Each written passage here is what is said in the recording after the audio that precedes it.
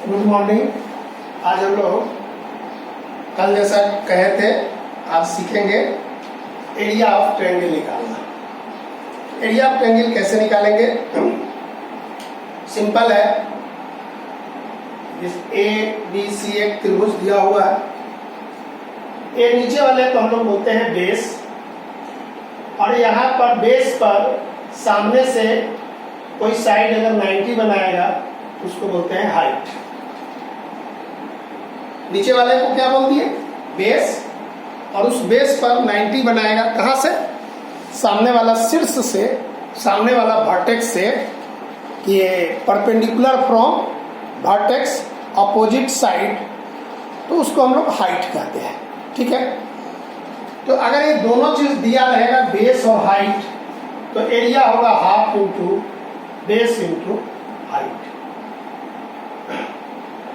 यहाँ अगर दिया हुआ है 15 cm और ये दिया हुआ है 10 cm, एरिया होगा हाफ 15 इंटू 10 575 स्क्वायर cm। इसी को लिखेंगे हाफ आधार गुना ऊंचाई। क्लियर?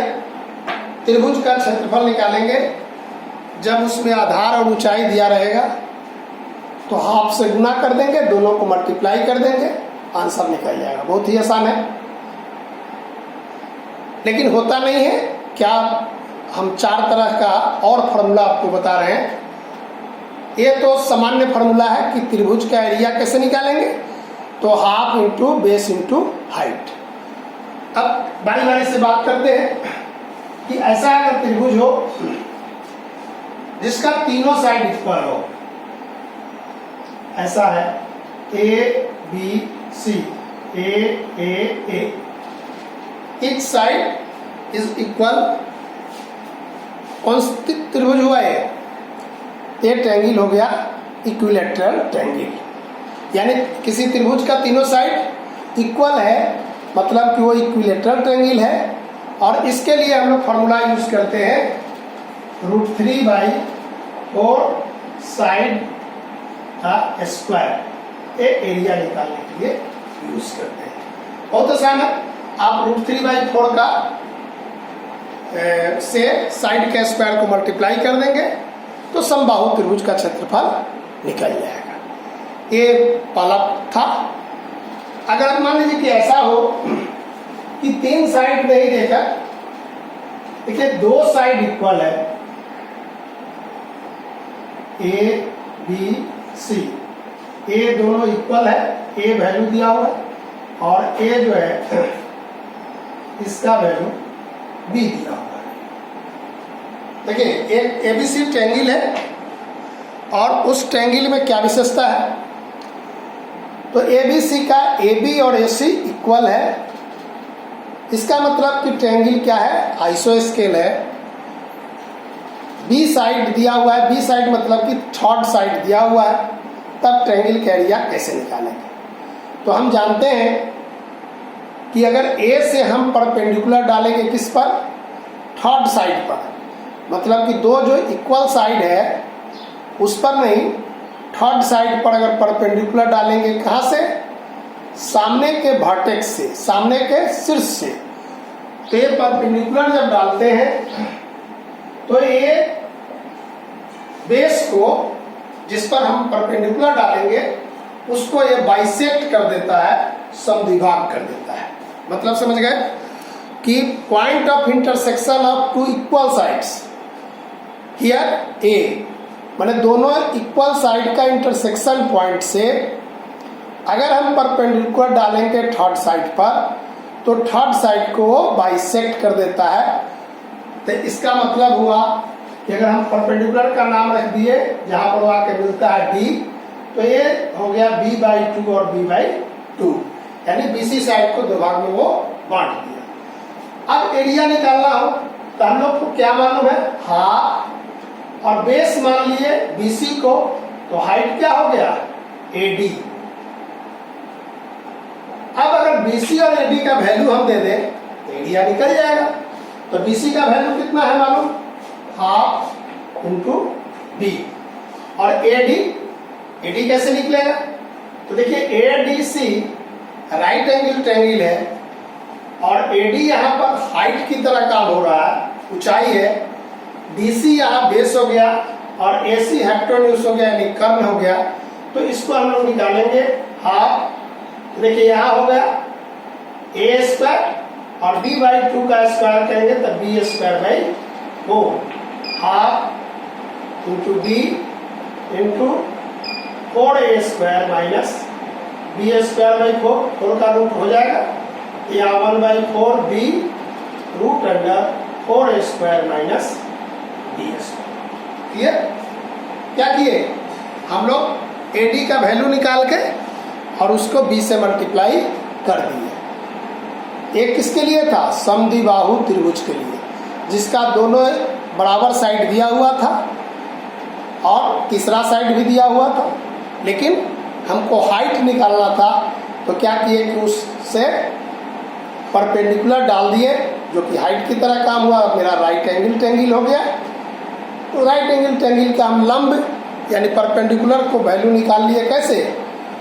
कर्ण स्क्वायर माइनस आधार स्क्वायर करके। क्लियर है? एक का फॉर्मूला यूज करेंगे जब त्रिभुज का दो इक्वल साइड दिया रहेगा उसका वैल्यू, और एक तीसरा साइड यानी दो भुजा बराबर उसका भी वैल्यू दिया हो, और तीसरा का तब हम लोग यूज करेंगे। अब एक चौथे तरह का है त्रिभुज जिसका कोई साइड इक्वल नहीं हो, ऐसा ABC। देखिए ये वर्टेक्स है, सामने वाला साइड का नाम रखिए B और C। हम लोग ऐसा एजम्पशन है कि वर्टेक्स को कैपिटल लेटर से लिखते हैं, वर्टेक्स को कैपिटल लेटर से लिखते हैं। क्लियर है? और साइड को स्मॉल लेटर से लिखते हैं। ठीक है? वर्टेक्स को कैपिटल लेटर से और साइड को, और दूसरा कि जो सामने वर्टेक्स है उसी का स्मॉल लेटर सामने लिखते हैं। इसको मान लेते हैं कि ये BC का साइड का माप है। तो एक एजम्पशन है स्मॉल और कैपिटल लेटर लिखने का। यहाँ पर हमको मिल गया तीनों साइड का वैल्यू दिया रहेगा, लेकिन तीनों साइड इक्वल नहीं है। मतलब कि A, B और C तीनों में कोई बराबर नहीं है। तब हम लोग एरिया निकालेंगे S minus A, S minus B और S minus C root under. ठीक है? क्या किए इसमें? S से मल्टीप्लाई कर दिए। अब कहने कि S क्या है, तो S निकालेंगे हाँ A plus B plus C/2।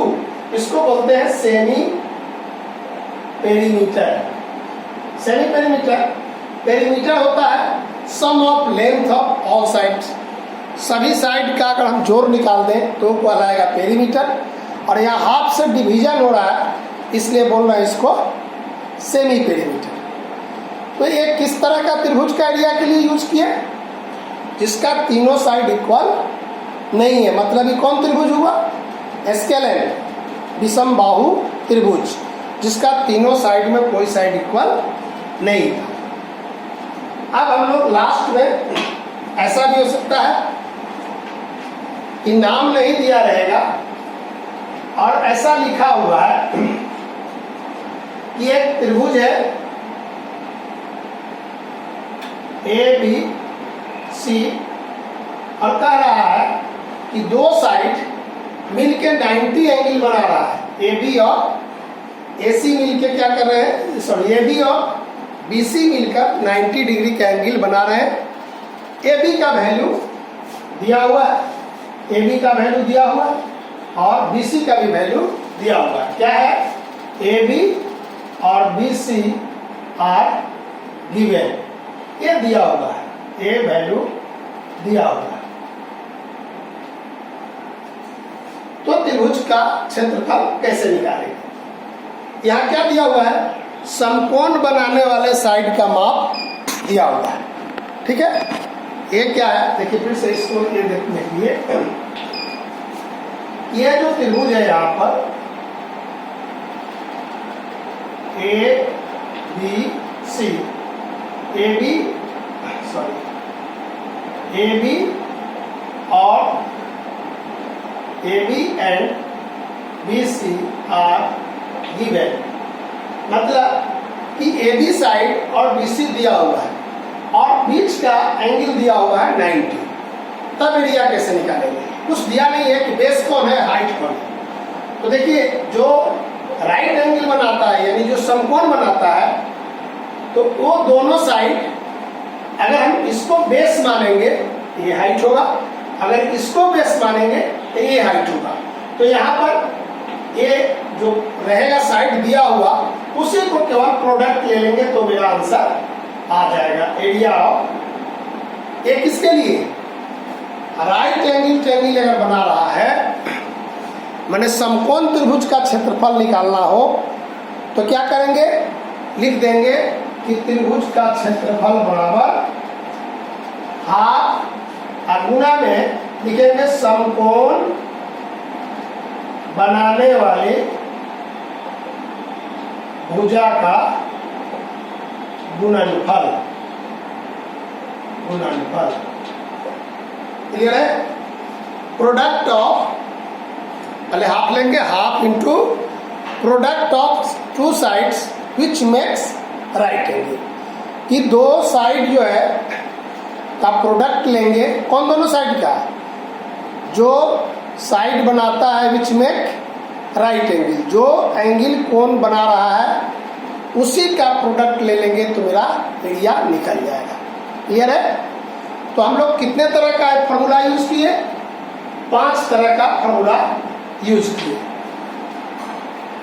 कौन कौन? फिर से हम इसको एक बार लिख देते हैं। पहला फॉर्मूला यूज किए थे, पहला हाफ बेस इंटू हाइट, दूसरा √3/4 साइड का स्क्वायर, तीसरा था 1/4 b और 4a² माइनस b², चौथा s into s minus a, s minus b, s minus c √under, और पांचवा हाफ प्रोडक्ट ऑफ साइड्स। ठीक है? ये 5 तरह का फॉर्मूला हुआ। आपके दिमाग में बात होगी कि कौन सा फॉर्मूला हम यूज करेंगे। तो सबसे पहले आप जो भी चीज दिया रहेगा एक सामान्यतः फिगर ड्रॉ कर लेंगे। क्या करेंगे? एक चित्र बना लेंगे और उस चित्र के अनुसार जो जो चीज दिया रहेगा उसको दिखा देंगे। क्लियर हुआ? सबसे पहले क्या करेंगे, एक रफ फिगर ड्रॉ कर लेंगे। Draw a rough figure and indicate which is given, क्या क्या दिया हुआ है उसको इंडिकेट कर देंगे। उससे हमको पता चल जाएगा कि अगर वो एंगल के बारे में बोल रहा है तो एंगल जहाँ 90 बोला मतलब कि वो समकोण त्रिभुज है। अगर तीनों साइड के बारे में बताएगा कि तीनों साइड इक्वल है तब हम समझ जाएंगे कि समबाहु त्रिभुज है। 2 साइड इक्वल है तो समद्विबाहु है, और कोई साइड इक्वल नहीं है तो क्या है, विषमबाहु है। तो उसके अनुसार हम लोग फॉर्मूला को यूज करेंगे। अगर सिर्फ हाइट और बेस दिया रहेगा तब हम हाफ इंटू बेस करके बना लेंगे। क्लियर है? तो नट से हम लोग इसमें बात यही की है कि त्रिभुज का क्षेत्रफल निकालने में आपको क्या ध्यान देना है कि पहले चित्र बना के देख लेंगे किस तरह का त्रिभुज है। कब? जब बेस और हाइट नहीं दिया रहेगा तब हमको त्रिभुज के बारे में जानकारी करना है कि किस तरह का त्रिभुज है, उस तरह का फॉर्मूला यूज करेंगे। और जब बेस और हाइट दिया रहेगा तो इस फॉर्मूला को यूज करके त्रिभुज का क्षेत्रफल निकाल लेंगे। ओके? हमको लगता है कि आप कोई दिक्कत नहीं होगी तो फिर हमसे पूछिएगा, फिर बताएंगे। ठीक है? धन्यवाद।